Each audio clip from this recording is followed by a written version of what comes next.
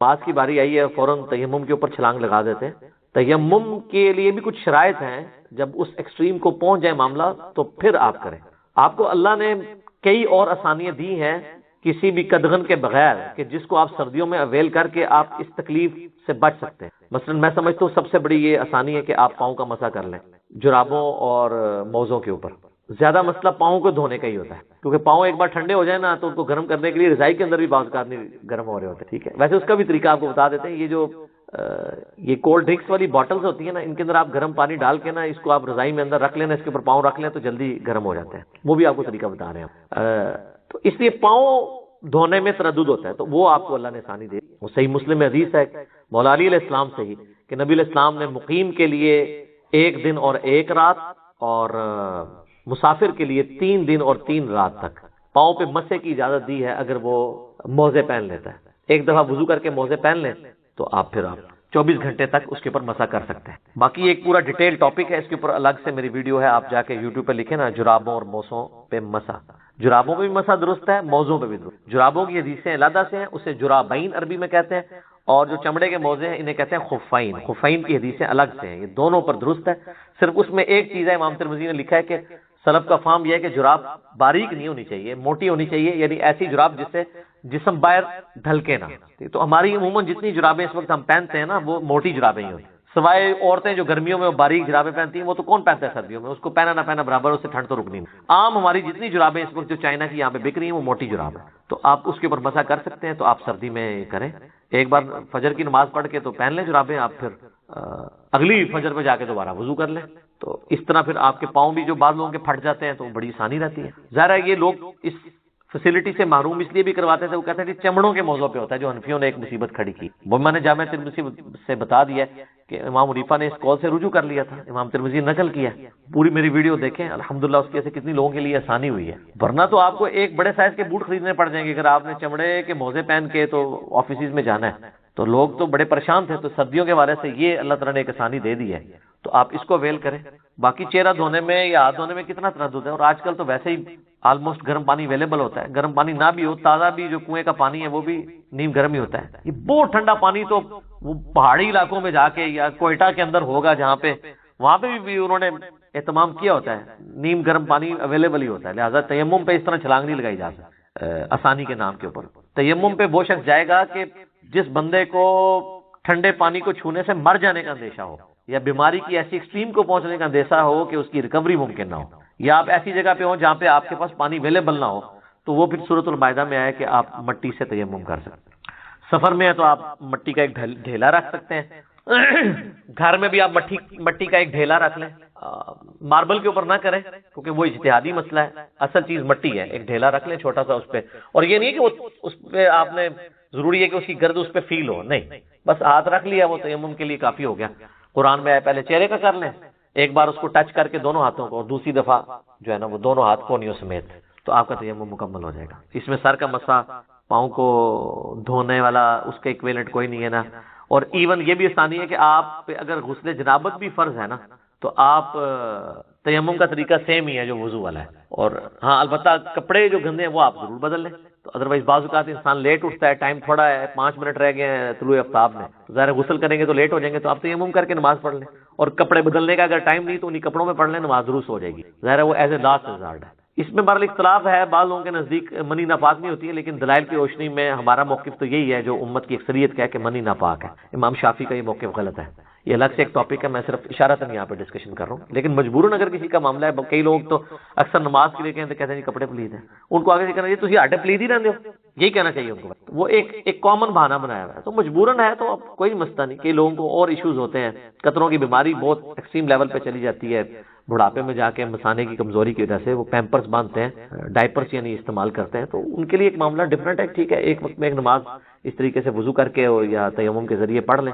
تو سردیوں میں آپ نے یہ والا معاملہ کرنا ہے کہ آپ نے فیسلٹی سردیوں والی وہ آپ اویل کریں کہ آپ تیمم کی صورت میں جب بیماری میں آپ کو اندیشہ ہے، ادروائز یہ جرابوں کا اور موزوں کا مسح میں کہتا ہوں نہیں، کمال چیز اللہ تعالیٰ نے رکھ دی ہے، آپ جو ہے نا وہ اس فیسلٹی کو اویل کریں تو آپ کو سردی فیل بھی نہیں ہوگی انشاءاللہ، کیونکہ زیادہ مسئلہ پاؤں کے ساتھ ہوتا ہے، باقی وضو کرنا آسان ہوتا ہے، تو تیمم پہ ڈائریکٹ چھلانگ نہیں مار سکتے، ایز اے لاسٹ ریزارٹ ہے، جب کوئی اس طرح کی سچویشن ہو، خوف کی حالت ہو، بیماری بڑھ جانے کا خوف یا ٹائم نکل جانے کا خوف، جس طرح آخری وقت میں آپ اٹھیں، پھر یہ پانی نہ مل رہا ہو، پھر آپ تیمم کریں گے، ادروائز آپ کو وضو کر کے ہی نماز پڑھنی ہوگی۔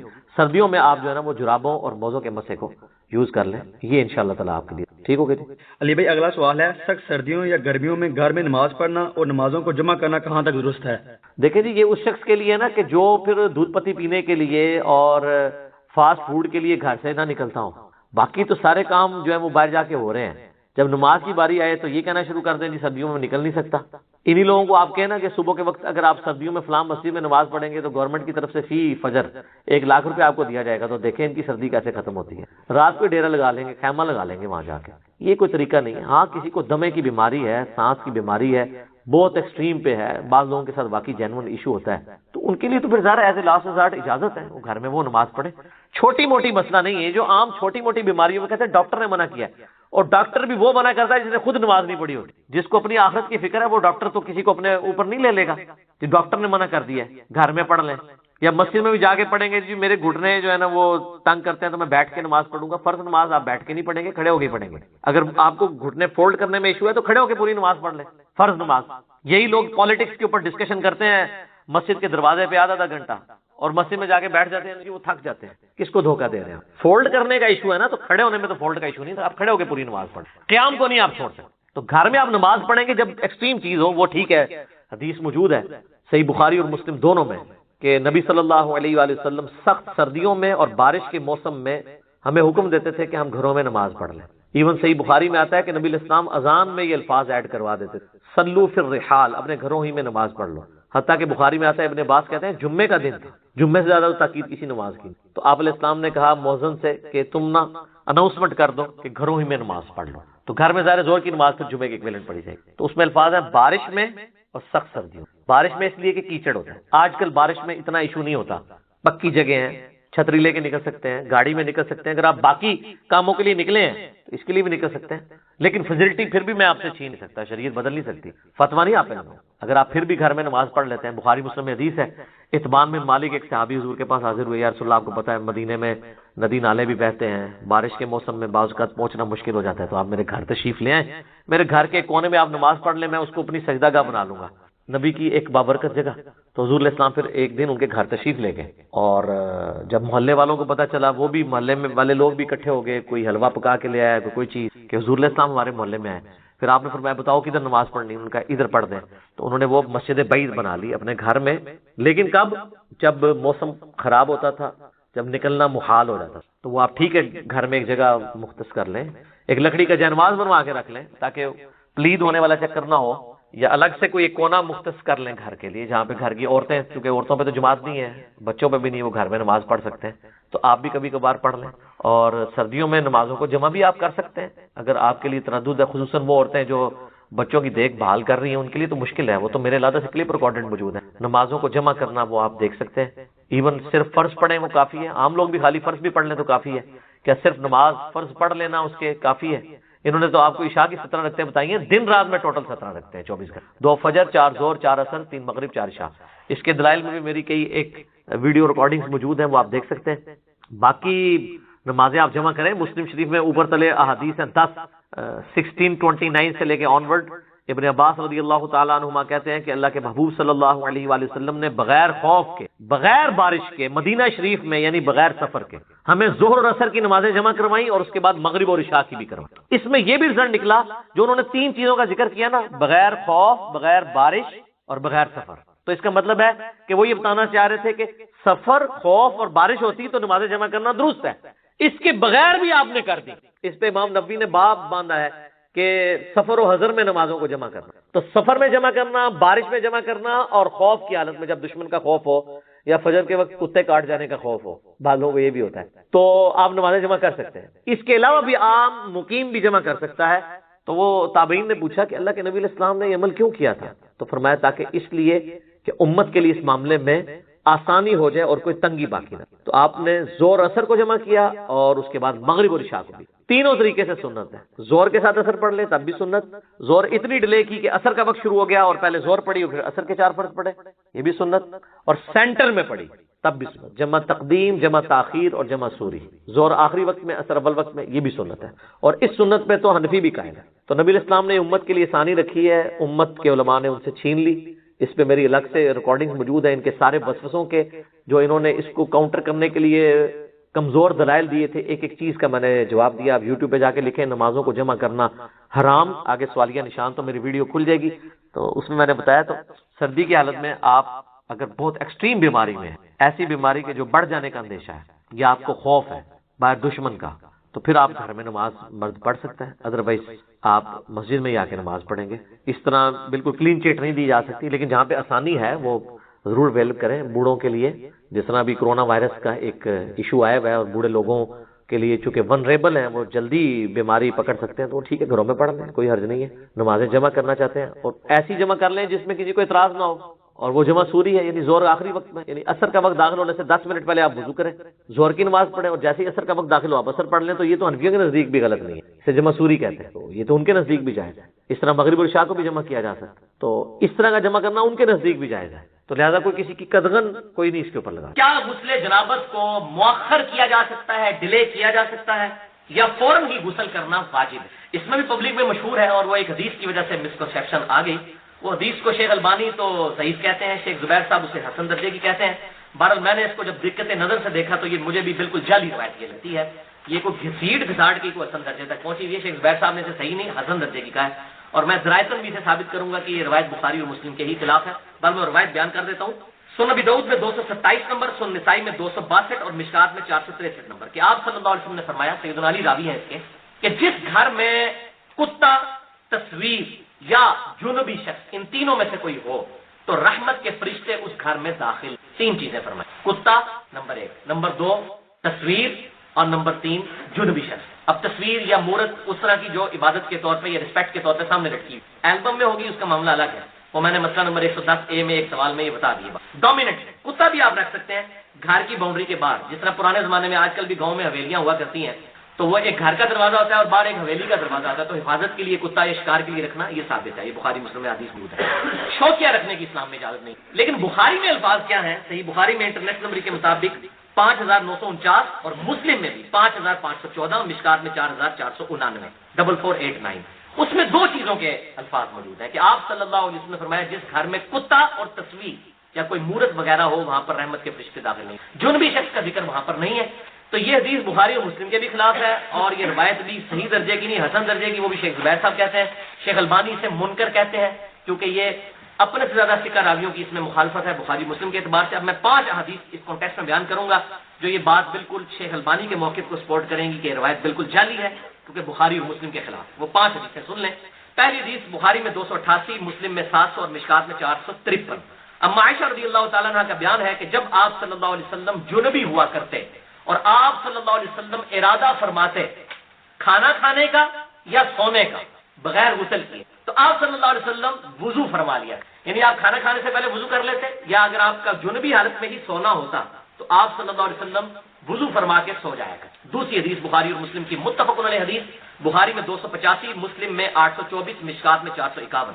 سیدنا ابو ہریرہ رضی اللہ تعالیٰ عنہ کہتے ہیں کہ ایک دفعہ میں آپ صلی اللہ علیہ وسلم کے ساتھ بازار میں سفر کر رہا تھا، میں گھر سے نکلا اور بازار میں سے گزر رہا تھا تو آپ صلی اللہ علیہ وسلم نے میرا ہاتھ پکڑا اور پیار محبت کے ساتھ ہاتھ میں ہاتھ ڈال کے چلنا شروع کیا۔ یہ مشکات میں بھی 451 نمبر ہے بخاری میں۔ تو آپ کہتے ہیں میں جنوبی تھا، مجھ پر غسل فرض تھا نائٹ فال یا احتلام کی وجہ سے، تو ایک جگہ جا کر ہم بیٹھ گئے تو آپ صلی اللہ علیہ وسلم مجھ سے باتیں فرمانے لگے، تو میں چپکے سے پیچھے سے کھسک گیا اور جا کے غسل کیا اور واپس آیا، تو آپ صلی اللہ علیہ وسلم نے فرمایا ابو ہریرہ تو کدھر غائب ہو گیا تھا؟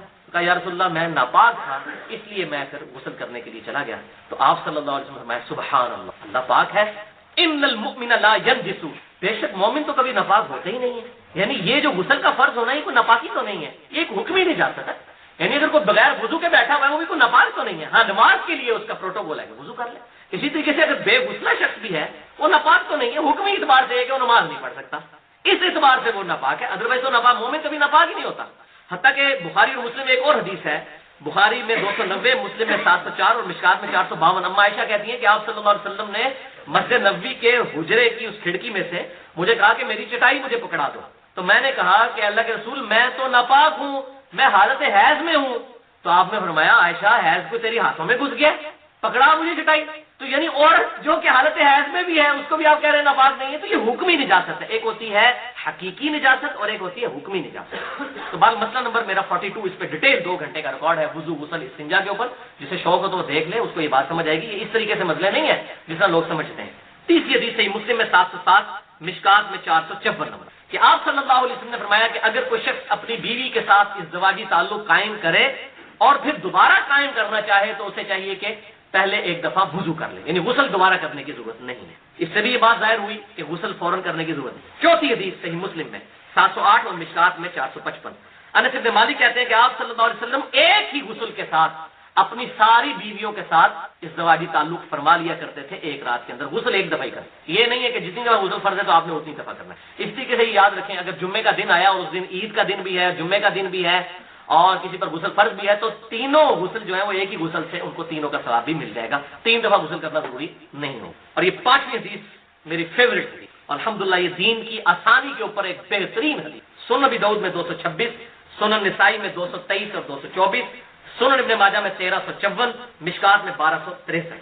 سیدنا غدیف بن حارث کہتے ہیں کہ میں ایک دفعہ اما عائشہ رضی اللہ تعالیٰ عنہا کی خدمت میں حاضر ہوا اور میں نے عرض کی کہ اما جان یہ بتائیے کہ آپ صلی اللہ علیہ وسلم غسل جنابت جو ہے وہ رات کے شروع کے حصے میں کرتے تھے یا آخری پہر اٹھ کر کیا کرتے تھے جب آپ تہجد کے لیے اٹھتے تھے؟ تو اما عائشہ نے کہا کہ اللہ کے نبی صلی اللہ علیہ وسلم کبھی کبھار تو رات کے اول حصے میں ہی غسل فرما لیا کرتے تھے جب جنبی ہوتے تھے، اور کبھی آپ صلی اللہ علیہ وسلم غسل کو مؤخر کر دیتے تھے رات کے آخری پہر تک، اس وقت اٹھ کر غسل فرمایا کرتے تھے۔ تو سیدنا حذیفہ نے وہی نعرہ بلند کیا، اللہ اکبر الحمدللہ، اللہ بڑا ہے، تمام تعریف اس کے لیے ہے، تمام بڑائیاں اس کے لیے ہے جس نے دین میں اتنی وسعت ہے، الحمدللہ۔ اچھا دوسرا پھر انہوں نے پوچھا بتائیے اما کہ آپ صلی اللہ علیہ وسلم وتر کی نماز عشاء کی نماز کے ساتھ ہی پڑھ لیتے تھے یا آخری پہر میں اٹھ کے پڑھا کرتے تھے؟ انہوں نے کہا بیٹا کبھی ساتھ ہی پڑھ لیا کرتے تھے اور کبھی آخری پہر اٹھ کر پڑھا کرتے تھے۔ پھر انہوں نے کہا اللہ اکبر الحمدللہ، تمام تعریفیں اس اللہ کے لیے ہے کہ جس نے دین میں اتنی آسانیاں رکھ دی، الحمدللہ۔ پھر اس نے پوچھا اما یہ بتائیے کہ آپ صلی اللہ علیہ وسلم جو رات کی نفلی نماز تھی، تہجد کی یا قیام اللیل کی یا نماز وتر، اس میں آپ اونچی آواز کے ساتھ قرات کیا کرتے تھے یا آہستہ آواز کے ساتھ؟ تو آپ نے فرمایا بیٹا کبھی اونچی آواز سے بھی کر لیتے تھے اور کبھی آہستہ آواز کے ساتھ۔ پھر انہوں نے کہا اللہ اکبر الحمدللہ، تمام بڑائیاں اللہ کے لیے ہیں، تمام تعریفیں اللہ کے لیے ہیں جس نے دین میں اتنی وسعت رکھی۔ اس لیے میں کہتا ہوں یہ بہترین حدیث ہے دین میں آسانی کے اعتبار سے۔ باقی جسے شوق ہو تو نماز وتر پر میرا مسئلہ نمبر 130 ہے، قیام اللیل اور تراویح پر مسئلہ نمبر میرا 20 ہے، اور وضو غسل استنجا اور تیمم کے اوپر مسئلہ نمبر 42 ریکارڈڈ موجود ہے، جسے شوق ہو تو دیکھ سکتے ہیں انشاءاللہ۔ آج جو ہمارا موضوع ڈسکس ہونا ہے وہ تیسری چیز ہے غسل کے حوالے سے۔ غسل کے اعتبار سے بنیادی چیز سمجھ لیں کہ 5 چیزیں ایسی ہیں جن سے غسل فرض ہو جاتا ہے۔ نمبر 1 شہوت کے ساتھ منی کا خارج ہونا، کسی بھی وجہ سے ہو لیکن شہوت کے ساتھ۔ نمبر 2 میاں بیوی کا آپس میں تعلق قائم کرنا، ازدواجی تعلق، چاہے اس کے نتیجے میں منی ڈسچارج ہو یا نہ ہو غسل فرض ہو جائے گا۔ نمبر 3 معاذ اللہ اگر کسی شخص نے مشت زنی کی یا ہینڈ پریکٹس، اس کی وجہ سے اس کی منی خارج ہوئی تو اس پر بھی غسل فرض ہو جائے گا۔ نمبر 4 عورتوں کو جو حیض آتا ہے تو حیض کے پیریڈ کے دن گزارنے کے بعد بھی ان پر غسل کرنا فرض ہے۔ اور نمبر 5 نفاس کے بعد، یعنی عورتیں جب ان کی ڈلیوری ہو جاتی ہے اس کے بعد 40 دن تک جو خون نکلتا ہے تو اس کے بعد بھی غسل کرنا فرض ہے۔ یہ 5 وجوہات ہیں جن کی وجہ سے غسل کرنا فرض ہو جاتا ہے۔ اس کو میں ڈیٹیل کے ساتھ احادیث کی روشنی میں بھی انشاءاللہ تعالی بتاؤں گا۔ پہلے 3 ٹرمز جو ہیں وہ سمجھ لیجیے، 3 ٹرمنالوجی۔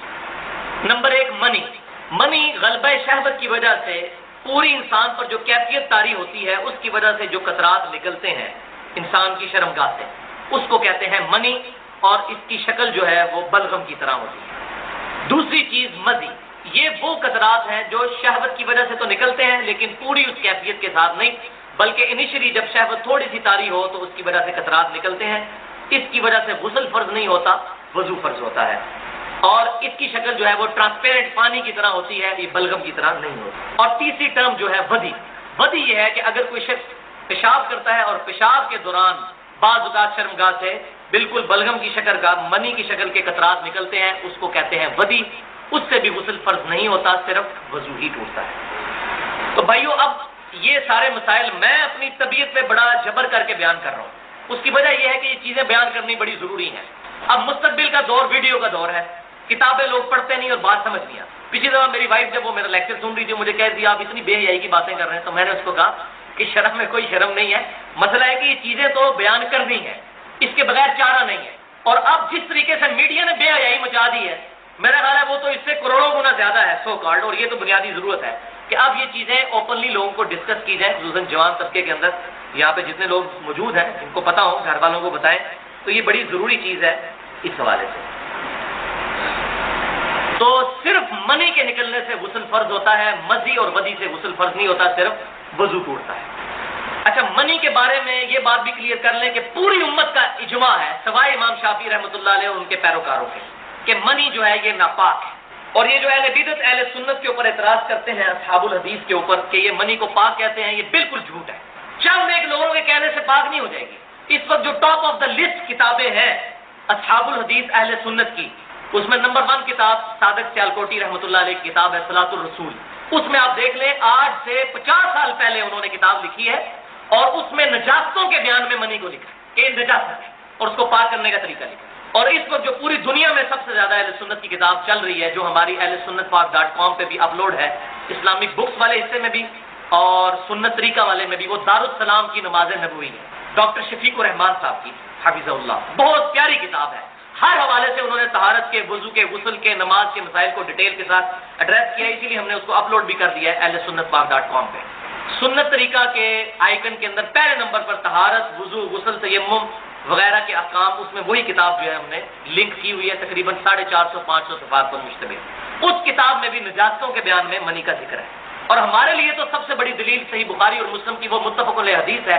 اما عائشہ رضی اللہ تعالیٰ عنہ کہتی ہیں کہ نبی صلی اللہ علیہ وسلم کے جب مبارک کپڑوں پر منی لگ جاتی تھی تو میں دھو دیا کرتی تھی, اور آپ صلی اللہ علیہ وسلم اس دھونے کے بعد گیلے کپڑے کو ہی اپنے جسم پر پہن کر جایا کرتے تھے, اور وہ گیلا کپڑا اس طریقے سے میں دیکھ رہی ہوتی تھی. یعنی اس سے یہ بات پتہ چلی کہ خشک کرنا ضروری نہیں, اگر دھو کے ریموو کر لی تو اب گیلا کپڑا جو ہے وہ پاک ہی ہے, اور یہ بات عقلاً بھی سمجھ میں آتی ہے. اور دوسری حدیث صحیح مسلم میں ہے کہ اگر منی خشک ہو جاتی تو سیدہ عائشہ کہتی ہیں کہ نبی صلی اللہ علیہ وسلم ہمیں حکم فرمایا کرتے تھے کہ ہم منی کو کھرچ دیا کریں کپڑوں سے. یہ کھرچنا ہوتا ہی اس لیے تھا کہ منی ناپاک ہے, ادروائز وہ کپڑوں کے اس حصے پر لگی ہوتی تھی جو کرتے کے پیچھے چھپا ہوتا ہے. تہمت پہ اگر منی لگی ہے تو باقی تو کسی کو نظر نہیں آنی, تو کھرچنا کیوں ضروری ہے؟ وہ تو اسی طرح ہی ہے جیسے بلغم آپ کے کپڑوں پر لگ جائے. اگر معاذ اللہ یہ پاک ہوتی تو کھرچی سی کیوں تھی سیدہ عائشہ؟ اس لیے اس کو پاک کرنا مقصود تھا, ایسٹیٹک کی ضرورت نہیں تھی. ایسٹیٹک کی تو ضرورت نہیں, وہ تو ویسے ہی کرتے کے نیچے چھپی ہوئی ہے. تو یہ بعض لوگ جو ہے وہ غیر مقلدین, بعض جو ہے نا وہ دلائل دے رہے ہوتے ہیں, میں غیر مقلدین کا رد کر رہا ہوں. تو ہم نہ مقلد ہیں نہ غیر مقلد, ہم الحمدللہ اہل سنت ہیں, اصحاب الحدیث ہیں, کتاب و سنت کو سلف کے منہج پر ماننے والے ہیں الحمدللہ. اب آ جائیے صحیح احادیث کی روشنی میں غسل کی جو فرضیت ہے وہ کن چیزوں سے ہوتی ہے. پہلی حدیث صحیح بخاری اور مسلم کی متفق علیہ حدیث ہے کہ امام کائنات سید الاولین والآخرین شفیع المذنبین رحمۃ للعالمین سیدنا و مولانا امام اعظم محمد رسول اللہ صلی اللہ علیہ وسلم نے ارشاد فرمایا کہ جب بھی میاں بیوی آپس میں صحبت کریں تو ڈسچارج ہو یا نہ ہو, انزال ہو یا نہ ہو, دونوں پر غسل فرض ہو جائے گا. دوسری حدیث صحیح بخاری اور مسلم کی متفق علیہ حدیث ہے کہ ایک عورت نے نبی صلی اللہ علیہ وسلم سے, ایک صحابیہ نے مسئلہ پوچھا کہ جیسے مردوں کو احتلام ہو جاتا ہے, نائٹ فال ہو جاتا ہے, کیا عورتوں کو بھی ہو جاتا ہے؟ تو آپ صلی اللہ علیہ وسلم نے فرمایا ہاں. تو پھر انہوں نے پوچھا کہ اگر کوئی عورت بھی ایسا خواب دیکھے اور ایسا معاملہ ہو تو کیا کرے؟ تو آپ صلی اللہ علیہ وسلم نے فرمایا کہ اگر اپنے کپڑوں پر نشان دیکھے تو غسل کر لے, اور اگر کپڑوں پر نشان نہ دیکھے تو غسل کرنے کی ضرورت نہیں ہے. ظاہر ہے کہ پھر تو منی ڈسچارج نہیں ہوئی. تیسری حدیث بھی صحیح بخاری اور مسلم کی متفق علیہ حدیث ہے کہ سیدنا علی رضی اللہ تعالیٰ عنہ کہتے ہیں کہ مجھے کثرت سے مزی آیا کرتی تھی, اور اس کی ڈیفینیشن میں پہلے بتا چکا, مزی آیا کرتی. اور نبی صلی اللہ علیہ وسلم میرے سسر, اور میں شرماتا تھا آپ سے پوچھتے ہوئے, تو میں نے سیدنا مقداد رضی اللہ تعالیٰ عنہ سے کہا کہ آپ میرے بہاف پہ نبی صلی اللہ علیہ وسلم سے یہ مسئلہ پوچھیں. تو نبی صلی اللہ علیہ وسلم سے جب پوچھا گیا تو آپ صلی اللہ علیہ وسلم نے فرمایا کہ علی کو کہو کہ مزی کے نتیجے میں غسل فرض نہیں ہوتا, اپنی شرمگاہ کو دھوئے اور وضو کر لیں, وضو ٹوٹ جائے گا. تو اس سے یہ بات پتہ چلی کہ مزی سے وضو ٹوٹ جاتا ہے, غسل نہیں ہوئی. حدیث غسل کے طریقہ اور اس کی احتیاط کے حوالے سے حدیث نمبر 1 صحیح بخاری اور مسلم کی متفق علیہ حدیث ہے, سیدہ عائشہ رضی اللہ تعالیٰ عنہا کا بیان ہے. اب یہ حدیثیں امہات المومنین رضی اللہ عنہن نے ہی روایت کی ہیں. سیدہ عائشہ کہتی ہیں کہ نبی صلی اللہ علیہ وسلم جب بھی غسل جنابت فرمایا کرتے تھے, جب جنبی ہوتے تھے غسل جنابت فرمایا کرتے تھے, تو برتن سے اپنے ہاتھوں پر پانی کو انڈیلتے تھے. جو میں نے پچھلی دفعہ مستعمل پانی کا مسئلہ بتایا تھا کہ ڈائریکٹ پانی کو ہاتھ لگائیں گے پانی مستعمل ہو جائے گا، اس سے غسل نہیں ہو سکتا نہ وضو.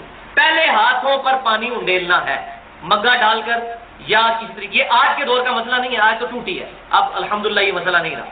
لیکن اگر ٹب یا بالٹی سے نہائیں گے تو پہلے اپنے ہاتھ دھونے ضروری ہیں جن کو آپ نے بیچ میں داخل کرنا ہے. تو پہلے آپ صلی اللہ علیہ وسلم اپنے مبارک ہاتھوں کو دھوتے، اس کے بعد آپ صلی اللہ علیہ وسلم اپنے دائیں ہاتھ سے بائیں ہاتھ پر پانی ڈال کر اپنی شرمگاہ کو دھوتے.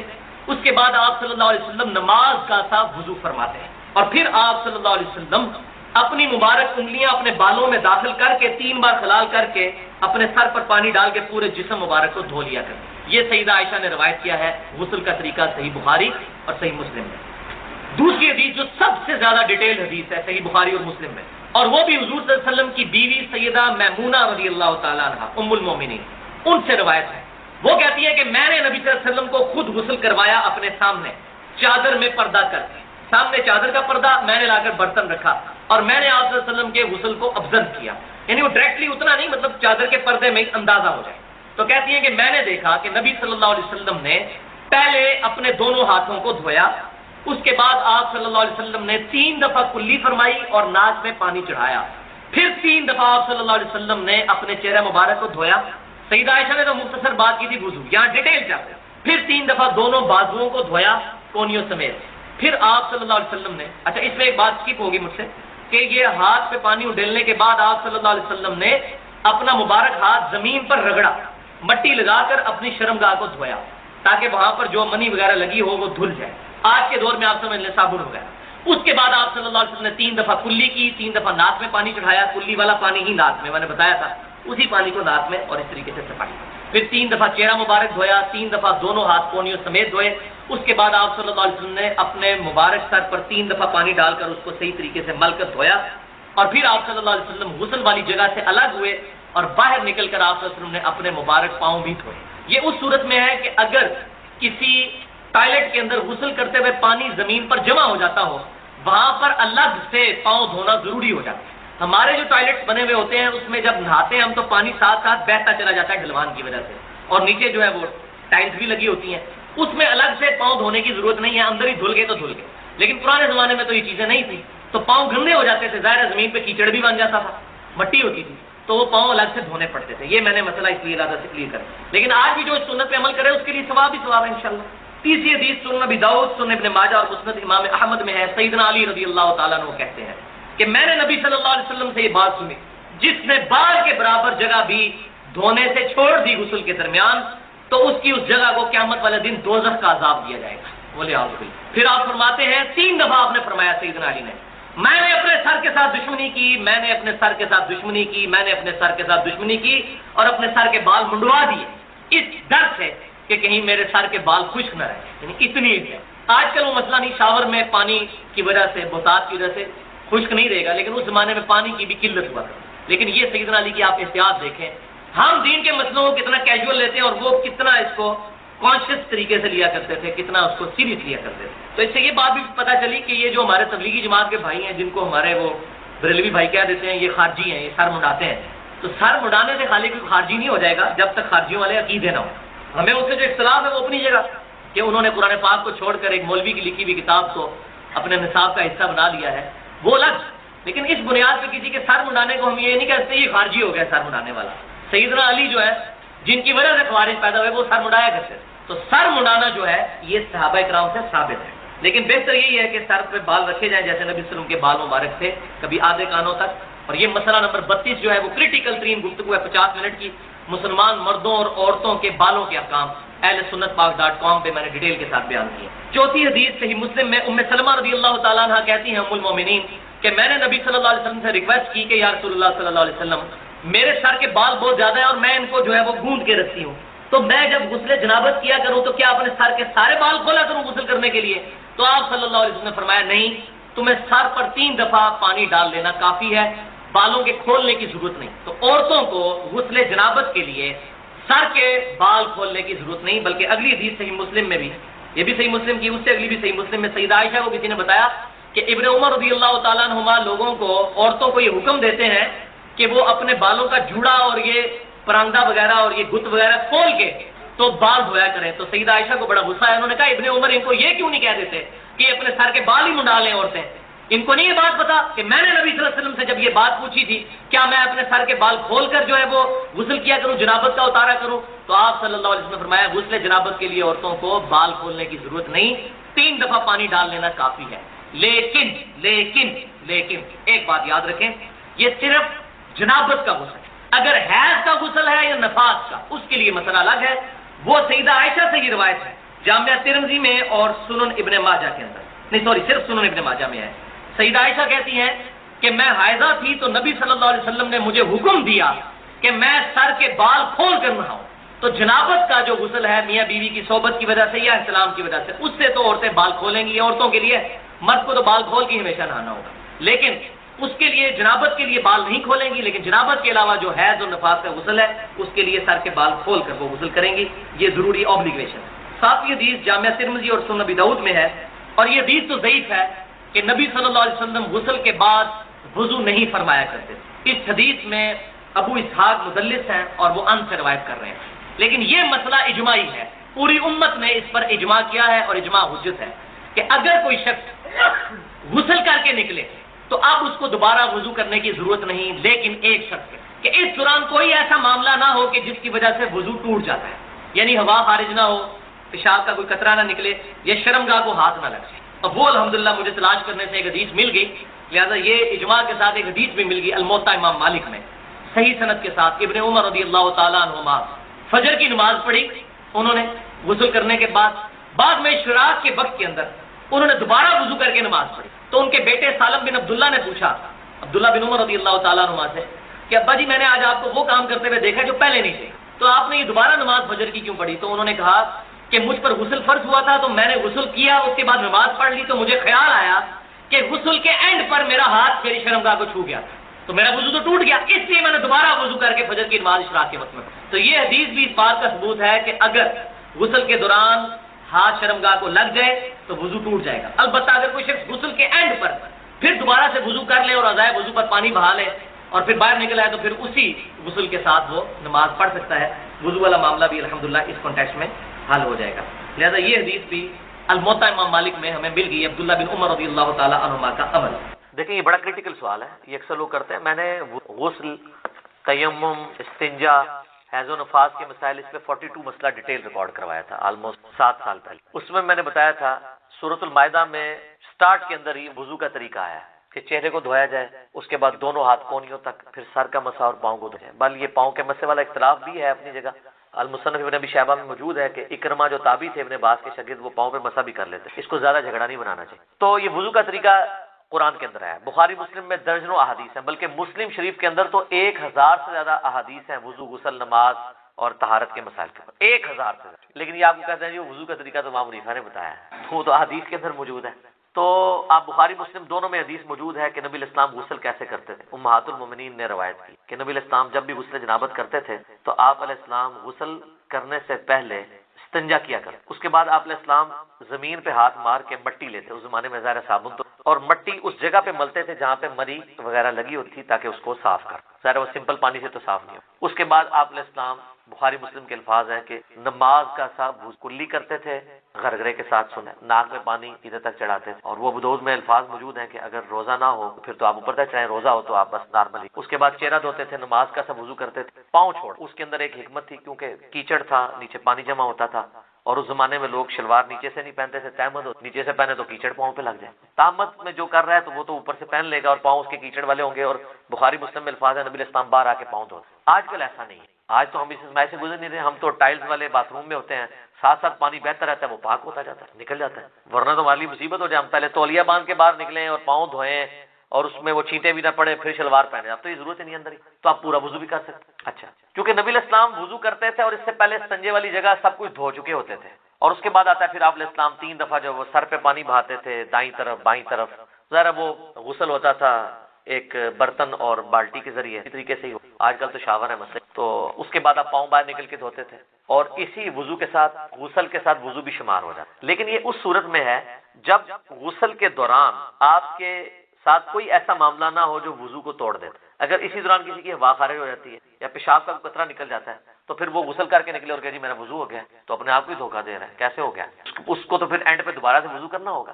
یا اسی دوران اگر شرمگاہ کو ہاتھ لگ جاتا ہے، اگرچہ ایک اختلافی مسئلہ ہے لیکن کبھی دلائل اسی طرف ہے کہ نیکڈ اگر شرمگاہ کو ہاتھ لگ جائے، یعنی ڈائریکٹ پردے میں حائل ہو کے لگے وہ تو کوئی مسئلہ، ڈائریکٹ لگ جائے تو اس کا وضو ٹوٹ جاتا ہے۔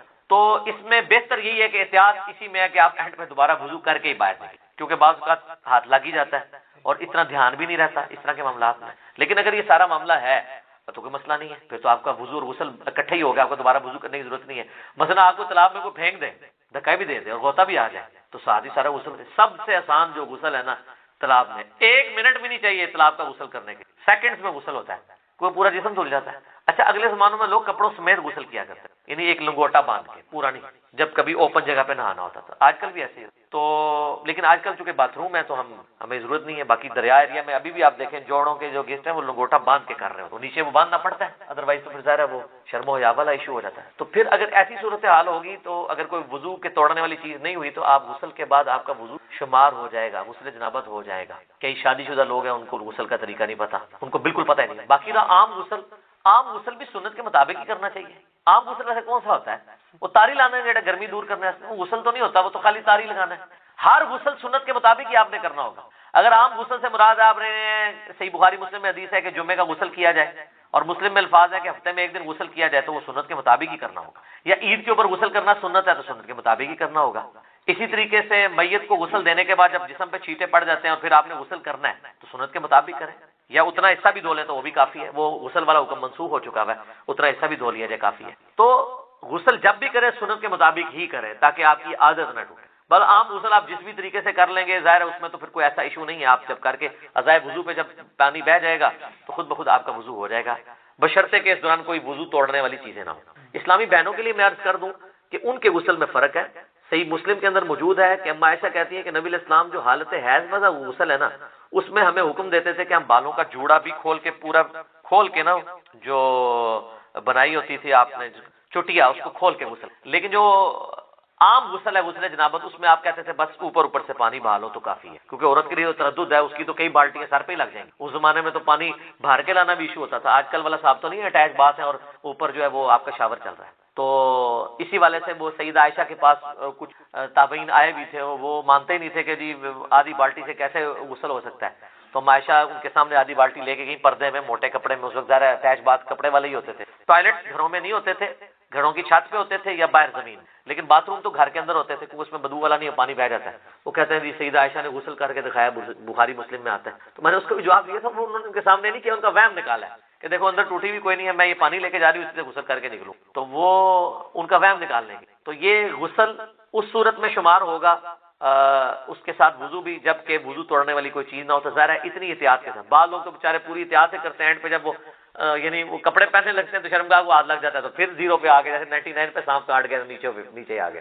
تو بہتر یہی ہے کہ تسلی سے کر کے نکلیں، بعد میں آپ وضو کر لیں، اور اس میں کوئی غلوب والا شمار بھی نہیں ہوگا، ظاہر ہے کہ آپ اس اعتبار سے کر رہے ہیں۔ اچھا یاد رکھیے گا، ایک مجھے ضمن آیا، لوگ پوچھتے بھی رہتے ہیں غسل کن چیزوں سے ٹوٹتا ہے؟ غسل اسی صورت میں ٹوٹے گا جب شہوت کے ساتھ منی خارج ہو، یا میاں بیوی ازدواجی تعلق قائم کریں اور اس صورت میں چاہے منی خارج ہو یا نہ ہو، بس یہ 2 چیز۔ حیض والا تو عورتوں کا معاملہ الگ ہے، تیسری کوئی صورت نہیں۔ بعض اوقات پیشاب کرتے ہوئے منی کے قطرے نکل جاتے ہیں تو وہ شہوت کے ساتھ نہیں نکلے، اسے ودی کہتے ہیں، وہ منی نہیں ہوتی، وہ غسل نہیں توڑے گی۔ اسی طریقے سے بعض لوگ بیچارے پہلے غسل سے پہلے وضو کرتے ہیں، اس کے بعد جب سر پہ پانی ڈالتے ہیں تو ٹھنڈک کی وجہ سے پیشاب کے قطرے نکل جاتے ہیں، وہ سمجھتے ہیں پیشاب نکل گیا پھر دوبارہ سے غسل شروع کرتے ہیں۔ نہیں، پیشاب نکلنے سے غسل تو نہیں ٹوٹا، وضو آپ کا ضرور ٹوٹ گیا، تو وہ وضو تو آپ نے ویسے بھی اینڈ پہ دوبارہ ہی کرنا ہوگا احتیاطاً۔ غسل آپ اپنا جاری رکھیں، غسل کے دوران پیشاب کرنے سے، ہوا خارج ہونے سے غسل جہاں تک پہنچا اس کو آگے ہی لے کے چلیں، پھر 0 پہ نہیں آپ نے آنا، کیونکہ وہ غسل نہیں ٹوٹا، آپ کا وضو ٹوٹا ہے، تو وضو تو آپ دوبارہ بھی کر لیں گے۔ غسل توڑنے والی چیز میاں بیوی کا ازدواجی تعلق ہے، خواہ اس میں منی ہو یا نہ ہو، اور یعنی نائٹ فال، منی کا شہوت کے ساتھ نکلنا وہ نائٹ فال کے ذریعے ہو یا کسی اور غلط طریقے سے ہو، یعنی میں کوڈ ورڈز میں بات کر رہا ہوں، تو وہ غسل کو فرض کر دے گی، باقی اور کوئی چیز جو ہے نا وہ اس کو فرض نہیں کرتی۔ تو یہ ایسے مسائل ہیں جو لوگ عموماً پوچھتے رہتے ہیں، تو آسانی معاملہ جی، آپ دین سیکھیں، دین میں آسانی ہے۔ تو اگر آپ بعد میں وضو کر لیں غسل کے بعد، اسی میں احتیاط ہے، بجائے اتنا اس طرح کر کے کان پکڑنے میں، آسانی اسی کے اندر ہے آپ کی۔ لیکن جو حیض کی وجہ سے غسل واجب ہوتا ہے عورت کے اوپر، وہ اللہ تعالیٰ نے اس کو ایک سرکمسٹانسز ایسے دیے ہیں کہ جس میں وہ غسل اتارے گی بھی تو غسل نہیں اترے گا، کیونکہ وہ پیریڈ مسلسل عموماً 7 دن تک، 6 دن تک، بعض کے 5 دن تک چلتے رہتے ہیں، اور اس کے لیے کوئی شریعت نے اسپیسیفائڈ ٹائم بھی نہیں بتایا کہ کتنے دن ہے، وہ ہر عورت کی اپنی عادت ہوتی ہے، اس کو عادت کی ٹرم یوز کی جاتی ہے، بعض کی 6 دن بھی ہوتی ہے، بعض کی 7 دن، بعض کی 8 دن بھی ہوتی ہے، بعض کی 5 دن بھی ہوتی ہے۔ لیکن غسل جنابت جو ہے یہ تو غسل بالکل الگ غسل ہے، یہ آپ کو اتارنا ہوگا۔ اگر حیض کی حالت میں جنبی والا معاملہ ہو گیا کسی بھی وجہ سے، ویسے تو حیض کی حالت میں مرد و عورت کا آپس میں ازدواجی تعلق حرام ہے، اگر کسی نے کر لیا تو وہ توبہ کرے گا، بڑا سخت معاملہ ہے، یعنی وہ انٹر کورس حرام ہے، وہ تو ابو داؤد ترمذی میں حدیث ہے، جس نے انٹر کورس کیا اس نے محمد صلی اللہ علیہ وآلہ وسلم کی شریعت کا انکار کر دیا، یہ بڑا سخت معاملہ ہے۔ لیکن بخاری مسلم میں یہ ہے کہ نبی علیہ السلام حالت حیض جب ہوتی تھی بیوی اس کو ریویو کرنے کے لیے بھیجا ہوا ہے ہماری اکیڈمی میں انہوں نے، تو ہم اس میں ان کو ریکویسٹ کریں گے کہ یہ آخری 2 کلمے نکال دیں، پہلے 4 کلمے ثابت ہیں، وہ تو ثابت ہی نہیں ہے، تو خام خواہ لوگوں کو آپ رٹا رہے ہیں۔ الٹا جن لوگوں کی شادی ہونے والی ہوتی ہے وہ بیچارے ٹینشن میں پڑے ہوتے ہیں 6 کلمے یاد کرنے کے، حالانکہ کلمے کے ساتھ تو کوئی تعلق ہی نہیں اس کے۔ تو یہ جو صلاۃ و تسبیح کے اندر بھی پڑھا جاتا ہے، لیکن اس میں لا حول ولا قوت الا باللہ نہیں، وہ تو لادہ سے بخاری مسلم میں حدیث ہے کہ جنت کے خزانوں میں سے ایک خزانہ ہے لا حول ولا قوت الا باللہ، تو آپ پڑھنا چاہتے ہیں ضرور پڑھیں، اس میں وظیفے کے طور پہ آپ پوری تسبیح اس کی پڑھ لیں بے شک۔ تو تبلیغ جماعت والے یہ بتاتے ہیں 100 دفعہ درود شریف بتاتے ہیں اور 100 دفعہ استغفار بتاتے ہیں، بہت انٹلیکچوئل چیز ہے۔ یہ وظیفہ اتنا کمال ہے کہ آپ کے ہر فرض نماز کے بعد یہ وظیفہ نبی علیہ السلام نے مشروع کیا ہے۔ مسلم شریف میں حدیث ہے ہر فرض نماز کے بعد یہ وظیفہ پڑھنے والا کبھی نامراد نہیں جاتا، 33 دفعہ سبحان اللہ، 33 دفعہ الحمدللہ اور 34 دفعہ اللہ اکبر۔ اور ایک حدیث میں ہے مسلم شریف کی کہ جو پڑھے 33 دفعہ سبحان اللہ، 33 دفعہ الحمدللہ، 33 دفعہ اللہ اکبر اور 100 کا عدد پورا کرنے کے لیے پڑھ لے لا الہ الا اللہ وحدہ لا شریک لہ لہ الملک ولہ الحمد وہو علی کل شیء قدیر، 100 کا عدد اس سے بھی پورا کر سکتے ہیں اور 100 کا عدد اللہ اکبر کہہ کے بھی پورا کر سکتے ہیں، تو اس کے سارے گناہ معاف کر دیے جائیں گے، اگرچہ سمندر کی جھاگ کے برابر ہی کیوں نہ ہو، لیکن وہ صغیرہ گناہ، کبیرہ گناہ صرف توبہ سے معاف ہوتے ہیں۔ وہ صحیح مسلم میں حدیث ہے کہ اگر بڑے گناہوں سے بچا جائے تو ایک جمعے سے دوسرا جمعہ، ایک رمضان سے دوسرا رمضان اور ایک نماز سے دوسری نماز درمیان کے گناہوں کا کفارہ بن جائے گی۔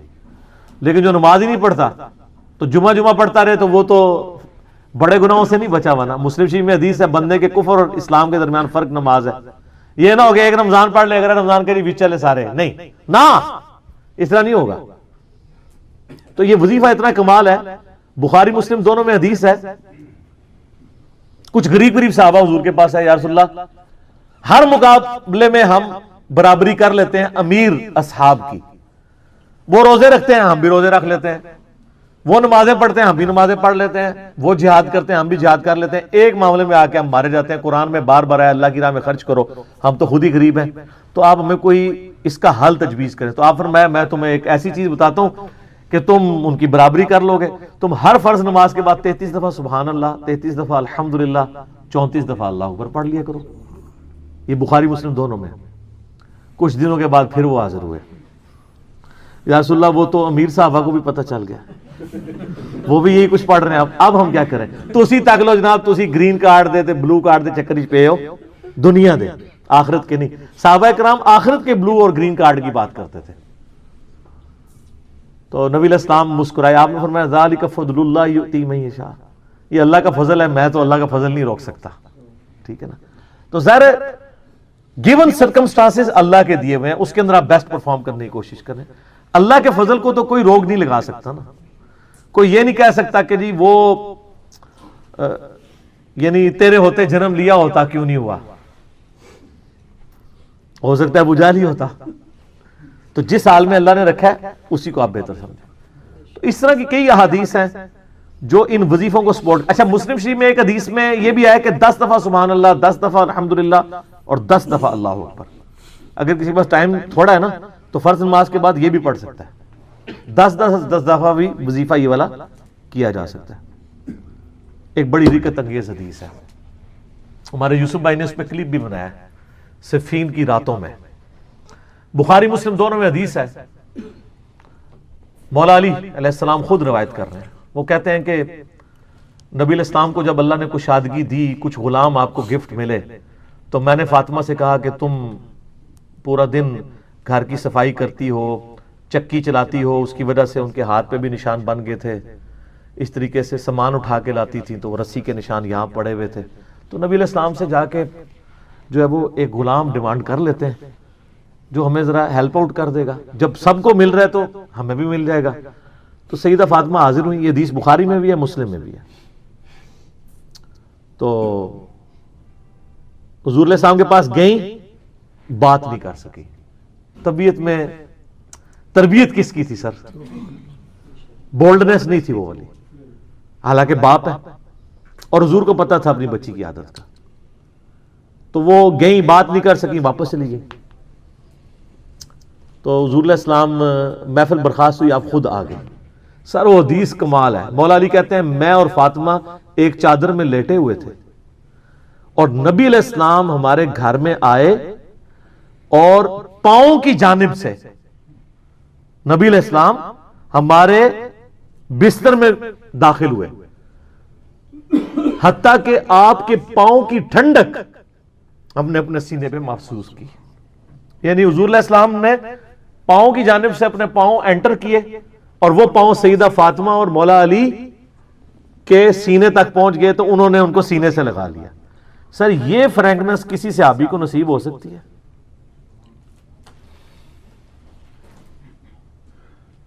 تو آپ نے فرمایا وہ فاطمہ تم آئی تھی، کوئی کام تھا؟ سیدہ فاطمہ سے پھر بھی بات نہیں نکلی. تو حضرت علی کہتے ہیں میں نے نا پھر کہا یا رسول اللہ وہ میں نہیں بھیجا تھا، پورا دن کام کرتی ہے. آپ کی بیویاں کہتی ہیں ہماری کوئی ذمہ داری نہیں ہے. یہ بھی تو بیوی تھی نا. بخاری مسلم میں حدیث ہے جنتی عورتوں کی سردار ہے فاطمہ سلام اللہ علیہا. تو میں نے غلام کے لیے عرض کیا تھا یہ تھک جاتی ہے ہمیں ہیلپ آؤٹ کر دے گا. آپ علیہ السلام فرمایا میں تمہیں سے بہتر نہ چیز عطا کروں؟ کہ یا رسول اللہ عطا کرے. یعنی آپ لوگ تو سمجھ رہے ہوں گے کہ غلام مانگا ہے تو شاید ایک گھوڑا بھی ساتھ گفٹ مل جائے گا. ان کا جب رات کو بسترے پہ جانے لگو نا تو 33 دفعہ سبحان اللہ، 33 دفعہ الحمدللہ اور 34 دفعہ اللہ اکبر پڑھ لیا کرو. یہ تمہارے لیے اس غلام سے بھی بہتر ہے. یعنی سارے دن کی تھکاوٹ اتر جائے گی. سر یہ بہت بہترین وظیفہ ہے. تو اچھا یہ حدیث مولا علی پوری زندگی سنایا کرتے تھے کیونکہ حضرت فاطمہ اور مولا علی کی ایک محبت بڑی مثالی تھی. پھر لوگ بھی جو ہے نا وہ مولا علی سے پوچھا کرتے تھے وہ فاطمہ والی حدیث تسبیح فاطمہ، اسے تسبیح فاطمہ اسی لیے کہا جاتا ہے.